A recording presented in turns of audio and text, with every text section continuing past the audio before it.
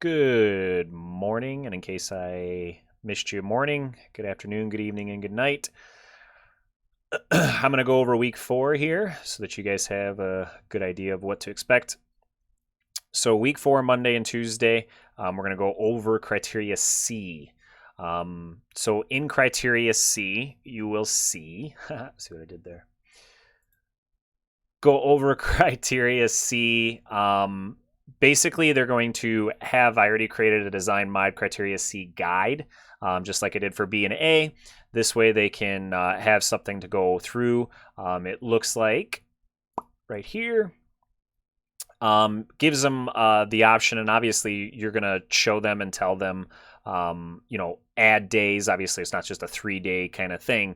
And they're going to add a date. They're going to add basically what I plan to do to finish in this date. What I actually did and finish in this date just allows them to construct that logical plan and make a detailed process. So going from there, that's the first strand, construct a logical plan.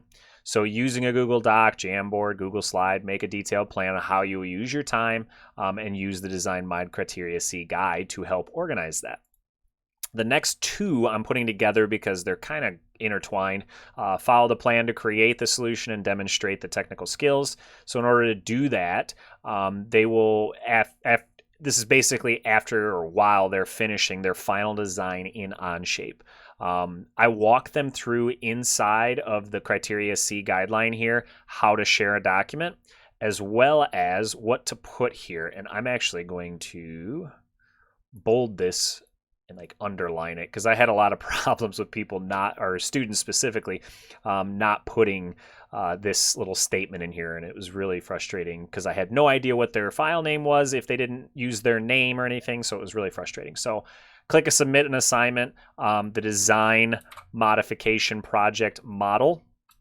So this is different, and you'll see here in week 5, I didn't even post it yet, but in week 5, you will see that there is a design modification project model assignment as well as design modification project criterion C submission.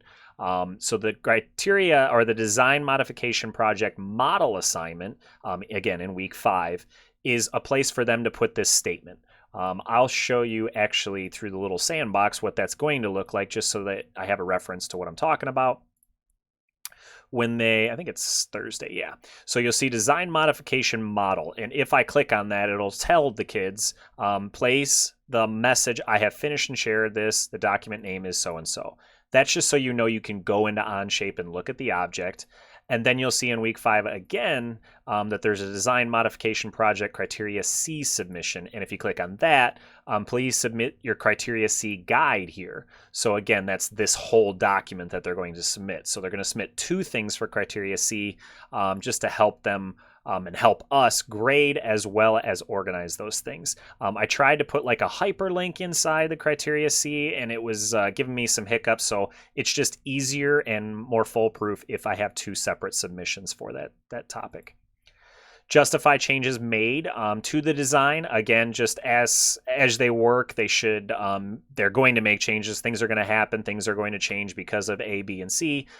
During the creating solution, the last part is the justification. They're going to write what they're doing and why they made those changes here.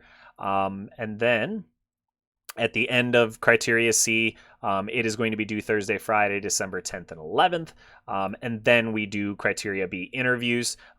This is kind of your call. I am not going to do interviews for every single student. What I'm going to do is I'm going to put them in individual breakout rooms. And then I'm going to visit only the students that I need to. And I may have said this in another video, but I wanted to make sure this is clear. I plan on having the students submit the criteria B guide.